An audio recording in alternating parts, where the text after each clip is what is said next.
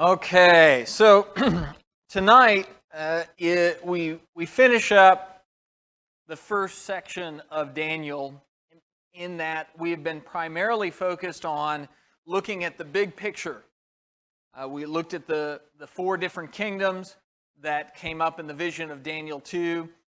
We've contemplated everything down to the archaeology and the history that led up to the first century when the church would begin. And then tonight, what we get to do is really the part that matters. All that other stuff is fun, and I kind of geek out myself on it and looking at some of the different things from history. But none of that matters. Who cares if you know the history of Babylon and Medo-Persia and Greece and Rome if there is no kingdom? The kingdom is the thing. And so that's what we're going to focus on. So we'll look at a variety of different areas, but the two primary chapters in the book of Daniel that we'll be in will be Daniel 2 and Daniel 7. And then along with that, we'll look over in Isaiah some as well. And so, as I've mentioned before, we're not taking the book of Daniel chapter by chapter. We're looking more at major themes. And of all the major themes in Daniel, I think this is probably the one. If you had to nail it down, say there's only one theme, one major concept from the book of Daniel you can cover, it is this. It is the eternal kingdom that will outlive every earthly kingdom that will ever appear. So in Daniel 2, there was that vision that Nebuchadnezzar had of a statue, and the statue had the varying parts. You start up with the head of gold, and then the chest of, and then the belly and the thighs of brass, and then the legs of iron, and then the feet were iron mixed with clay. Okay, and so we have this progression of the four parts that represent four kingdoms that would progressively get stronger and more dreadful, but also would become of a more inferior quality as you progress. And at the very end of all of that, you get to Daniel 2, and the interpretation of it is, down in verse 44, in the days of those kings, the God of heaven will set up a kingdom which will never be destroyed. And that kingdom will not be left for another people. It will crush and put an end to all these kingdoms, but it will itself endure forever. Inasmuch as you saw that a stone was cut out of the mountain without hands, and that it crushed the iron, the bronze, the clay, the silver, and the gold, the great God has made known to the king what will take place in the future, so the dream is true, and its interpretation is trustworthy. So there is this vision that Nebuchadnezzar has, and at the end that statue is destroyed by a stone cut out without hands. That stone destroys the four kingdoms, but then becomes a great mountain itself that will never be destroyed, and that's the interpretation of it. Now over in Daniel 7, in like manner, there was a vision not of four parts of a statue, but of four what? Four beasts. Yeah, that's right, four beasts. And each of those beasts represented those exact same four kingdoms. And then at the very end of that, after those four beasts, you get down to verse 9, and the vision will move on to a heavenly view of what is to come next. So verse 9 says, I kept looking until thrones were set up, and the Ancient of Days took his seat. His vesture was like white snow, and the hair of his head like pure wool. His throne was ablaze with flames. Its wheels were a burning fire. A river of fire was flowing and coming out from before him. Thousands upon thousands were attending him, and myriads upon myriads were standing before him. And the court sat, and the books were opened, and I kept looking because of the sound of the boastful words which the horn was speaking. I kept looking until the beast was slain, and its body was destroyed and given in the burning fire. As for the rest of the beasts, their dominion was taken away. So the last beast, as well as all of them, their dominion is taken away, but an extension of life was granted to them for an appointed period of time. And then verse 13, I kept looking in the night visions, and behold, with the clouds of heaven, one like a son of man was coming. And he came up to the Ancient of Days and was presented before him. And to him was given dominion, glory, and a kingdom, that all the peoples, nations, and men of every language might serve him. His dominion is an everlasting dominion which will not pass away, and his kingdom is one which will not be destroyed. So you can see the language of Daniel 2 and Daniel 7, very similar, this everlasting, eternal kingdom that's going to be set up, the timing of it associated with the ending of those four kingdoms. And the interesting part in Daniel 7 is you have the Ancient of Days being the Father sitting on his throne, and one like a son of man comes up to him. It doesn't say one like a son of God, it says one like a son of man. So this, whoever this is, he has a humanity to him. And when Jesus walked on this earth, other people referred to him as the Son of God, but what did he always call himself? He called himself the Son of Man. He made that connection to his humanity all of the time. And so here in this vision, which is so very far in the future that these events will actually happen. I mean, Daniel is looking at hundreds of years in the future, says there's going to be somebody, he's going to come up to the Father in his heavenly domain, and he's going to look like a son of man, and he's going to be given an eternal kingdom. You and I can look at the New Testament and go, oh, well, that's got to be Jesus. But when Daniel wrote this, did he know anything about Jesus? Or any of the events that would lead up? In fact, if you were living during the days of Daniel, and Daniel has just interpreted this vision about, whether you talk about the vision of the statue or the vision of the beast, of these four kingdoms, and of the four kingdoms, he knows one of them. What one does Daniel know? He knows Babylon, right? He knows Nebuchadnezzar, he knows Babylon. So now he's told, during the days of those, you're going to have those four kingdoms, and then you're going to have an eternal kingdom. If you are a Daniel, what kind of kingdom are you going to envision? I'm going to think, well, if Babylon's the head of gold, right? I'm expecting something like this, but more glorious. I mean, that would be the logical thing. Especially when you see the pattern that is laid out. One kingdom's going to defeat the next and consume the next one and consume the next one. And then we get to this eternal one and it consumes all the other ones and it has this eternal dominion. We're talking about kingdoms. Kingdoms have armies, right? They have...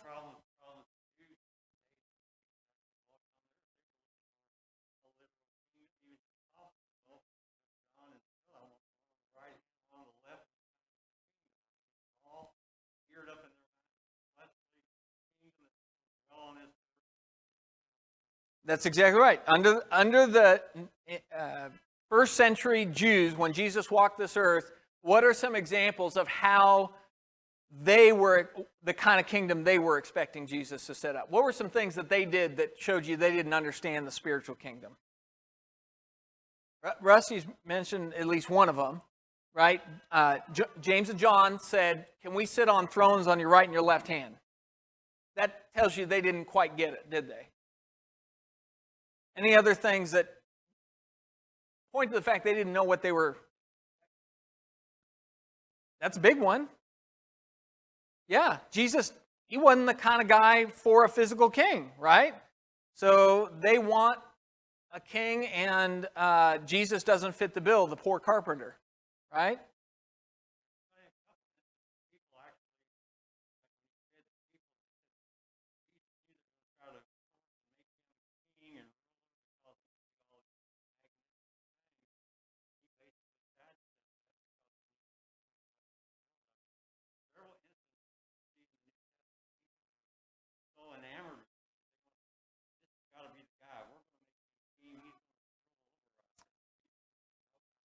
That's true. Jesus, they tried to make him king at one point, and Jesus rejected that role. He didn't want it.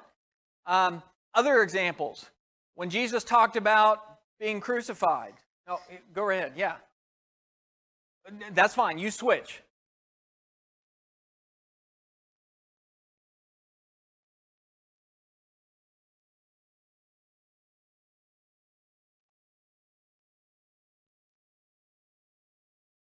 Yeah, absolutely. They look at Rome, and here's Rome, the fourth kingdom, right? So your job just get rid of them and throw off the shackles of slavery and oppression from them. And they expected that for Jesus. Of course, Jesus didn't do that. They ask about paying taxes to Caesar, and he says, pay them. That doesn't sound like somebody throwing it off.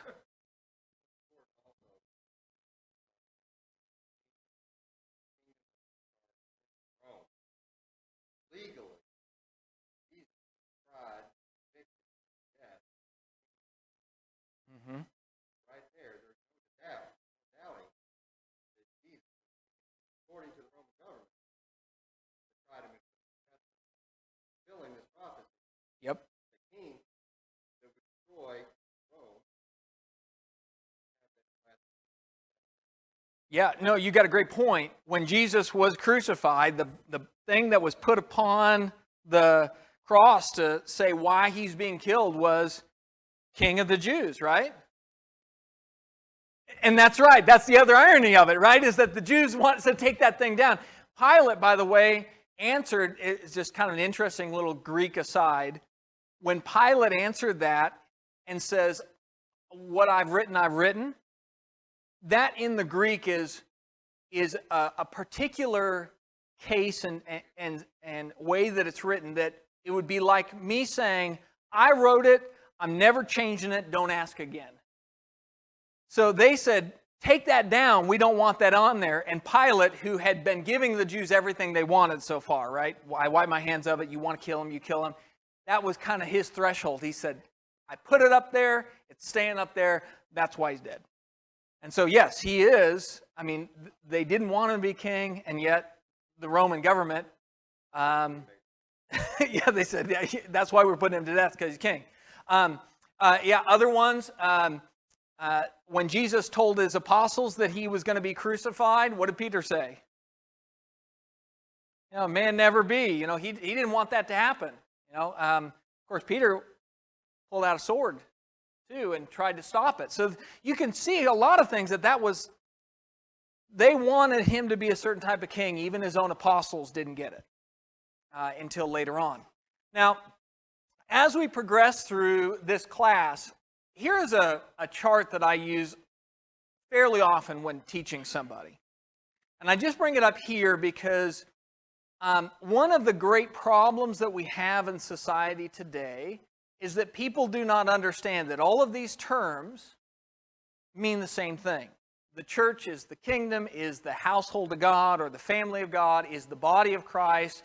To be in Christ is to be in the church, it is to be in the kingdom. And I'm not, for the sake of this class, I'm not going to go to all of these verses.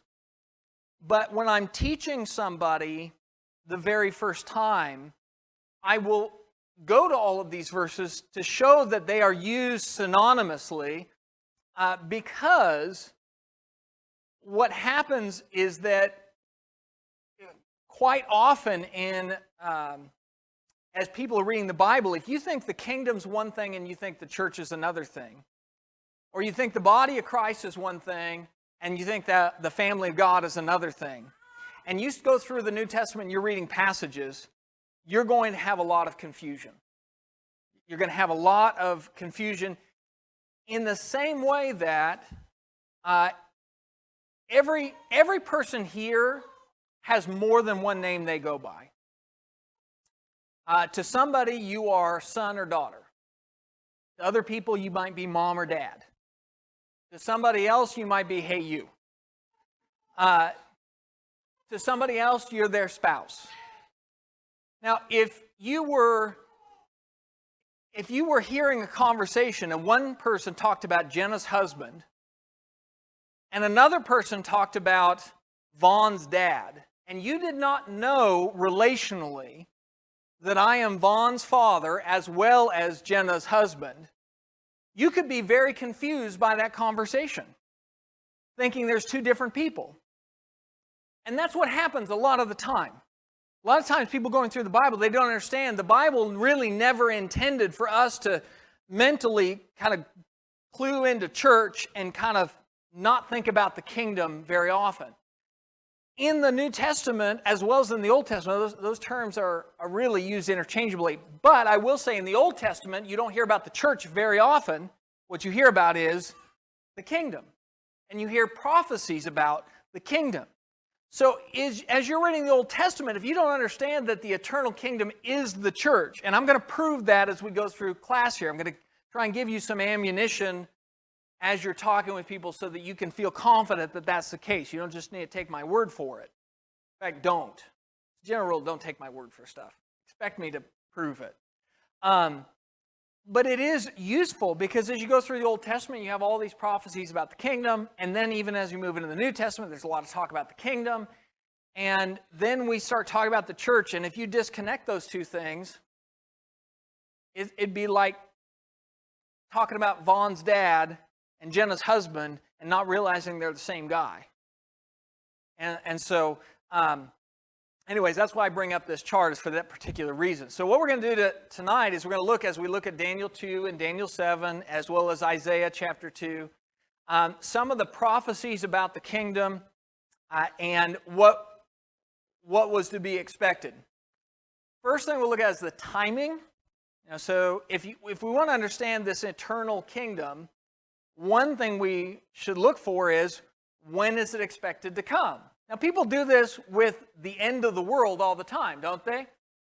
How many people have heard at some point, by a raising of hands, at some point, some sort of news story about a prophecy that somebody knows when the world's going to end? Right? Who here thinks it's funny the day after that and we're still here? I like to joke that whenever there's somebody who prophesies, the Mayan calendar or whatever it is, this will be the end of the world. You know what the safest day to be a human being is? Is that day, because it's going to end someday. But what does the New Testament tell us? When's the end of the world coming? We don't know. It's going to come like a thief in the night. Do you know when a thief's coming? No, I normally not.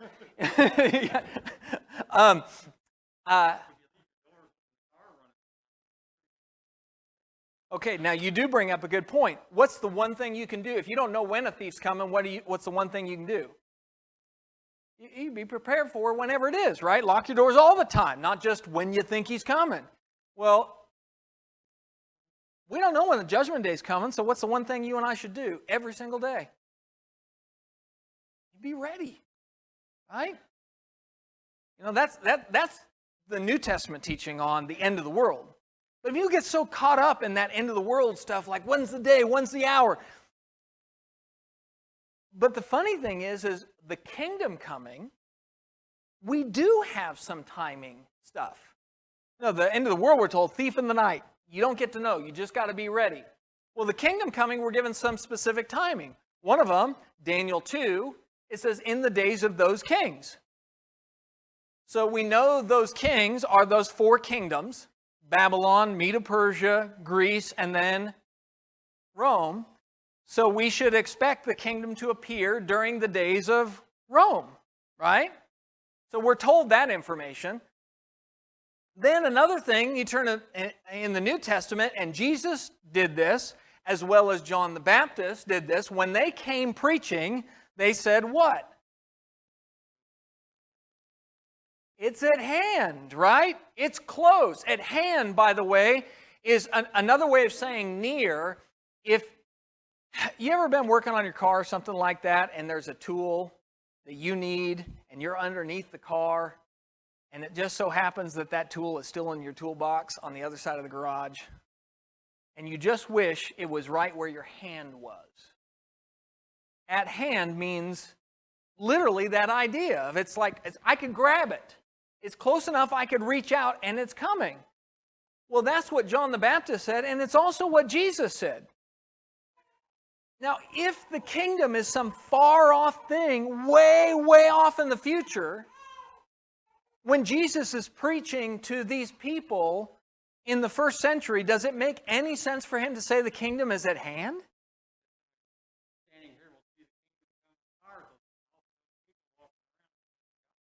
Okay, you got to my next verse. No, good segue. Perfect transition. That's right. So he nails it down even more, right? So not only is it at hand, but in Luke 21, as well as in the account in Matthew, we're told there are some of this generation who will not taste death before they see the kingdom come. So that really chronologically dials it in. Now, you brought up the point there may be some really old people walking around. I mean, I know you meant it joking, right? But I've actually heard people use that. In fact, I was talking to a guy a week ago over Zoom. I had a buddy call me and he said, "Can you talk with this guy?" And anyways, we got talking over Zoom, and this guy literally believes there are really old people from the first century that God has allowed to just live in semi-immortality until the kingdom comes, because he read that verse and he understands what it says. So his way of working around it, since he thinks the kingdom is far off, he's a guy who believes in this kind of millennial kingdom way far off, his way of dealing with it is, well, there's got to be some really old people walking around. So, I mean, I bring that up just because that actually came up in a conversation I had with somebody. But those are time elements, right? So now, some other time elements that we can look at with the kingdom are Colossians 1. Paul, when speaking to the Christians, says, "You have been translated into the kingdom of the Son of His love." Well, why would that verse be of use? Why would I turn to Colossians 1:13 to talk about the timing of the kingdom?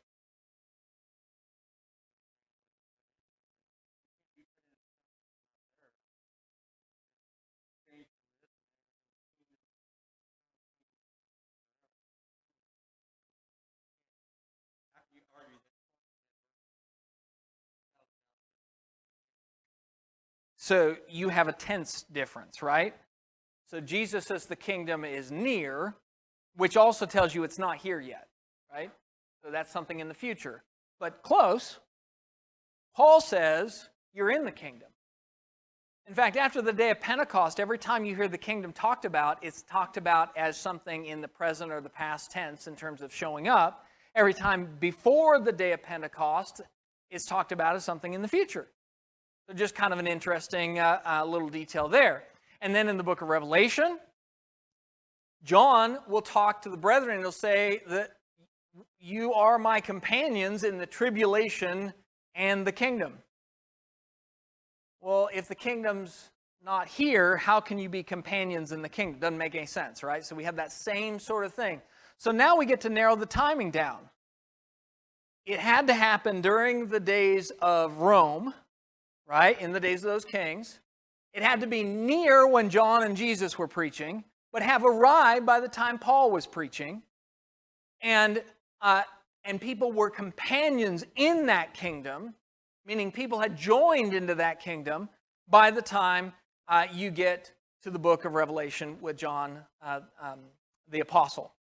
So all of that really ends up laying down to what is the one major thing, major spiritual event that happened in the days of Rome. Jesus, when he walked this earth, he says it's coming. And then after he's died, and the day of Pentecost, they say it's here. Just narrow that timing down. What are we left with? The day of Pentecost, and on that day of Pentecost, they were added to what? Added to the church, right? So you start putting those pieces together. That's one way that we can kind of prove that timing bit. Okay, so the next one then is the cost of the kingdom. Daniel chapter 2, if you back up to verse 21, and then the companion there of verse 44, Daniel 2, 21 and 44. Daniel 2:21 says, "It is he who changes the times and the epochs. He removes kings and establishes kings. He gives wisdom to wise men and knowledge to men of understanding."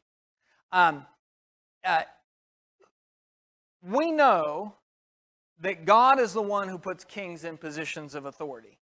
We've talked about this in this class, that New Testament says the same thing. Any sort of ruling person, any ruler or governor or whoever, God's the one who puts them there, right?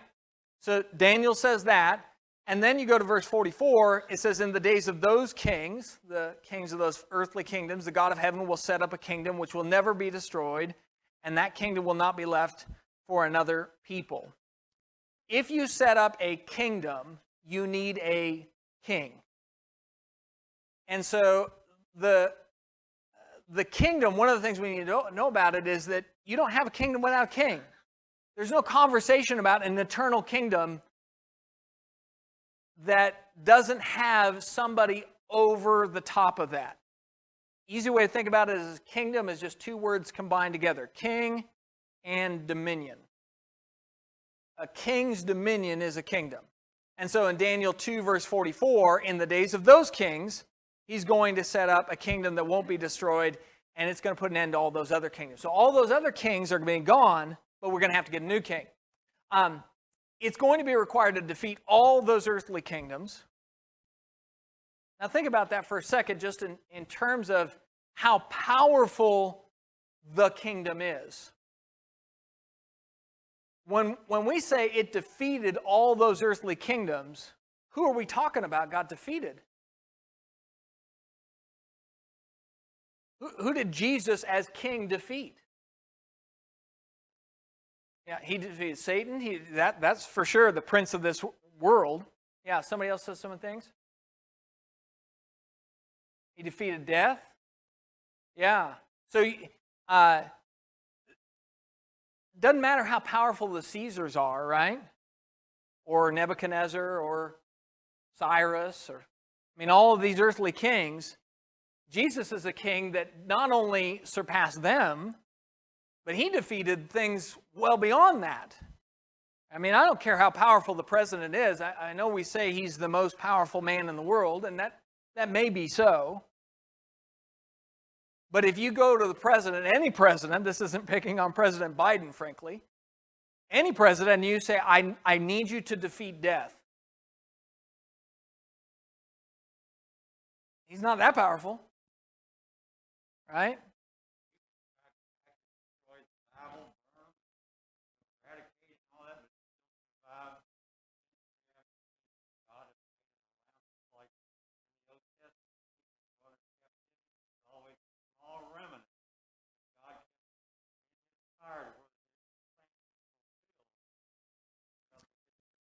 Yeah, that's right. So you can't destroy his kingdom, right? You can kill his people, but you can't destroy the kingdom. And we find that to be true as well. And that's where we start looking over in places like Isaiah.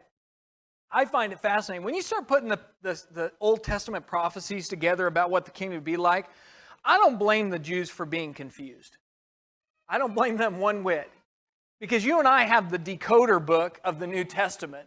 But if you didn't, and you read, okay, it's going to set up a king, and he's going to have an everlasting kingdom, he's going to feed all these earthly kingdoms, but then you go and look at places like Isaiah 2, and Isaiah 2 verse 4, it says, he'll judge between the nations and render decisions for many peoples, and they will hammer their swords into plowshares and their spears into pruning hooks. Nation will not lift up sword against nation, and never again will they learn war. You're going to have this king who defeats all other nations, but what's he going to tell his people? You have a sword, what do you do with it? Make it something peaceful. That's right. You turn it into farming equipment. I find that a beautiful passage, by the way, in light of what we know about the parables of sowing. What are we doing as Christians? What are we told to do? We're supposed to go out there and sow the seed. That's farmer's work, right? So there's some really beautiful things there, but if you're trying to put those pieces together and you don't have a New Testament, how do you defeat all these earthly kingdoms, and yet you're going to preach and teach peace? It's a hard thing to say. Isaiah, along with that, talks about this king that they're going to have. In Isaiah 52, it says he'll be marred more than any man. Well, that would be confusing, wouldn't it? There's a reason, by the way, the Ethiopian eunuch was so confused by the passages he was reading when Philip came up and he said, who is he talking about, himself or someone else? There's a reason for that. It's confusing to read the prophecies you find in Isaiah about Jesus because he doesn't sound like a conquering king. He sounds like a man who got beat up and defeated. Yeah.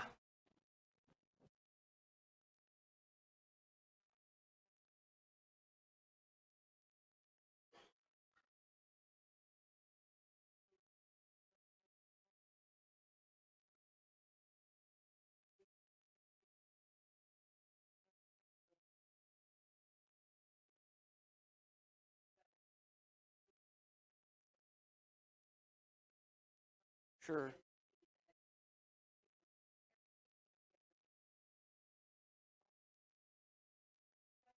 Mm-hmm.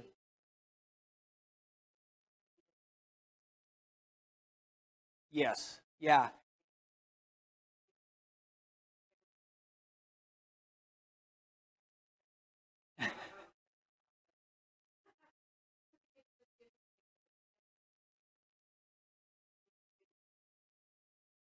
No, and it's true. I mean, in one sense, you could talk about the Old Testament, and Galatians says this, it's a tutor to lead us to Christ. It leads us to Christ in a lot of different ways, but one way it does is they had lots of kings, and how well did that play out?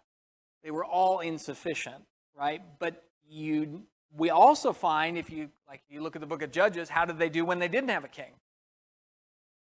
Oh, and every man did what's right in his own eyes. That didn't work out very well either. So it's like, okay, we need a king, but we need a king not like what we want, but what God wanted. And so Revelation chapter 5 will talk about how Jesus would purchase the kingdom with his blood. Jesus washed the feet of his disciples. One of the things that he told them is that you're not going to be leaders like the world does. The world lords it over people. You have to be a servant. How many rulers of nations would actually be willing to die for their people? I mean, let's be honest about it, right? If push came to shove, how many rulers would actually be willing to die or would be interested in being a ruler if they knew that's what winning the vote was, right? What if we said that with the president? Okay, whoever wins president next, you get to be president, and we'll say, yay, you're president, but at the end of your term, you get executed. It's the only way to take care of the nation. How many people would be out there campaigning? None. I wouldn't. I'm not anyways. I don't want the job anyways. That's a separate conversation. But Jesus purchased the kingdom with his blood, and that's why he was marred more than anybody. Acts 20, verse 28. This, by the way, if you only had two verses to prove that the church and the kingdom are the same thing, these would be the two verses I'd use. Revelation chapter 5, verse 9 and 10, that talks about that he would purchase with his blood a kingdom. And then Acts 20, verse 28 says that he has purchased the church with his blood. So he's purchased the church with his blood, and he's purchased the kingdom with his blood. Either he purchased two separate things, or he purchased the same thing. These are just two different names for that same thing. So just so you know, if I had only two verses to use to prove to somebody the church and the kingdom are the same, those would be the two verses I would use. But we have to understand that kingdom that's eternal, it came at a great and massive cost. Does anybody have any comments or questions before we move on? Yes?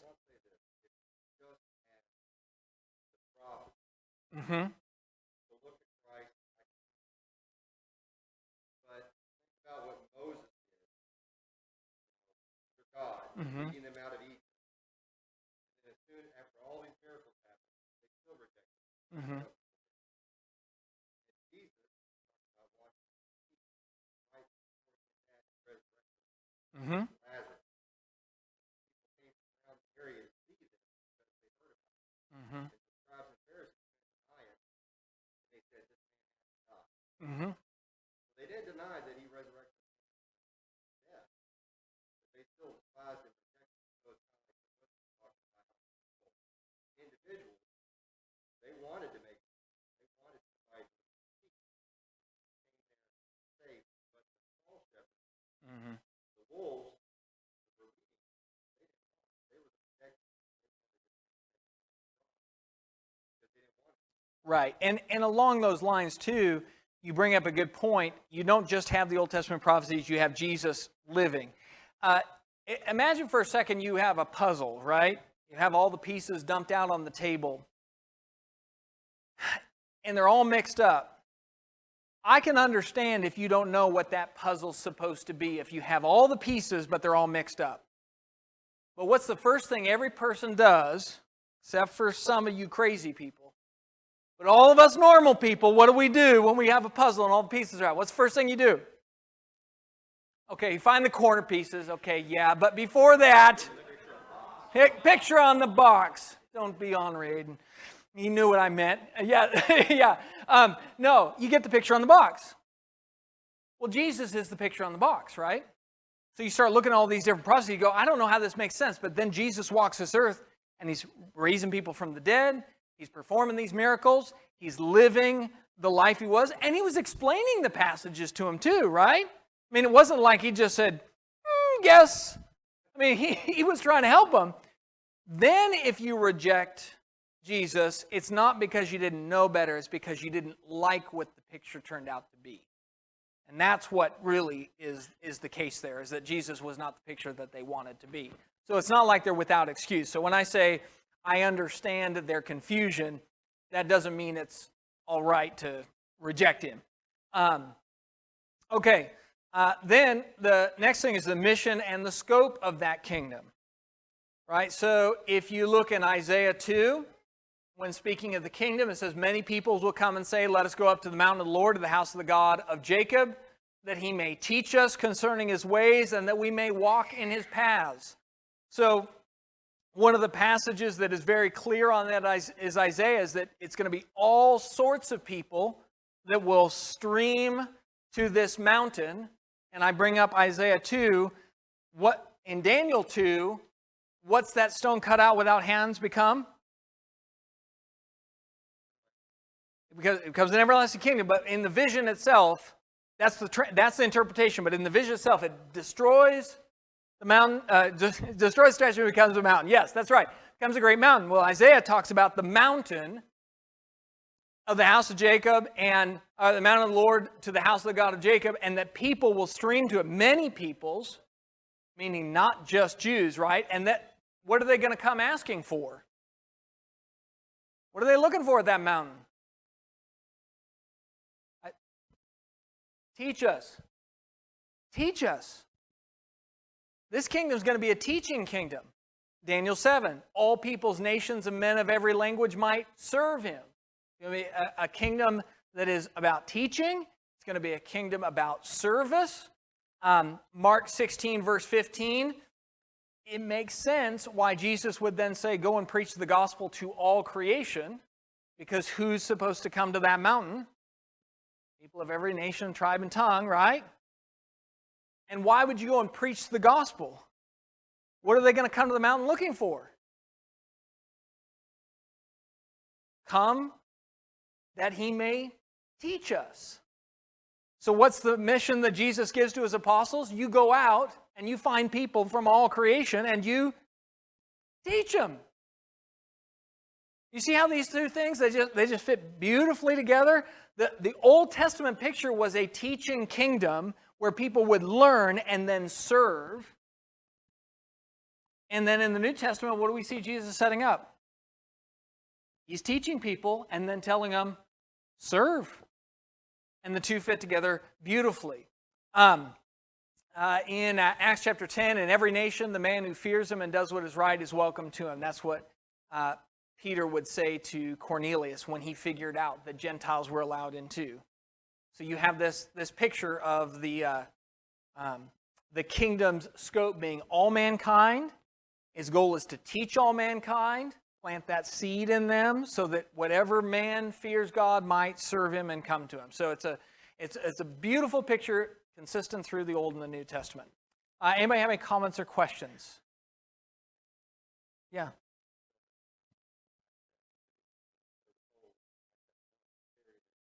Mm-hmm.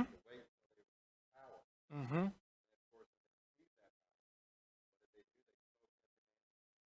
Mm-hmm.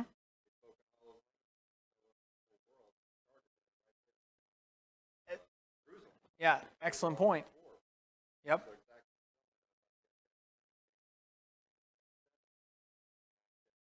Absolutely. So, yeah, and there in Jerusalem, that was exactly what happened, right? They spoke in all these different tongues because, wait a second, all peoples, nations, and men of every language. So, yeah, you have that picture all the way through. Okay, I am at time, and so I'm going to very quickly click through just a few little things without a whole lot of comment. But the receiving of the kingdom, it comes from a stone that was cut out without hands. That refers to the fact that it would be divine in its origin. And Daniel 7 says that that Son of Man, when he comes up to the Ancient of Days, to him was given dominion and glory and a kingdom. So dominion is authority. Glory is that honor, that position of honor, and he's given a kingdom. So the Father gives the Son a kingdom. Well, in Matthew 28, what did Jesus say after he died on the cross and been resurrected? All authority, that's dominion, has been given to me in heaven and on earth. So once again, Old Testament prophecy, New Testament fulfillment. And they all fit together beautifully. Okay, with that, I will stop there. We're going to have a closing.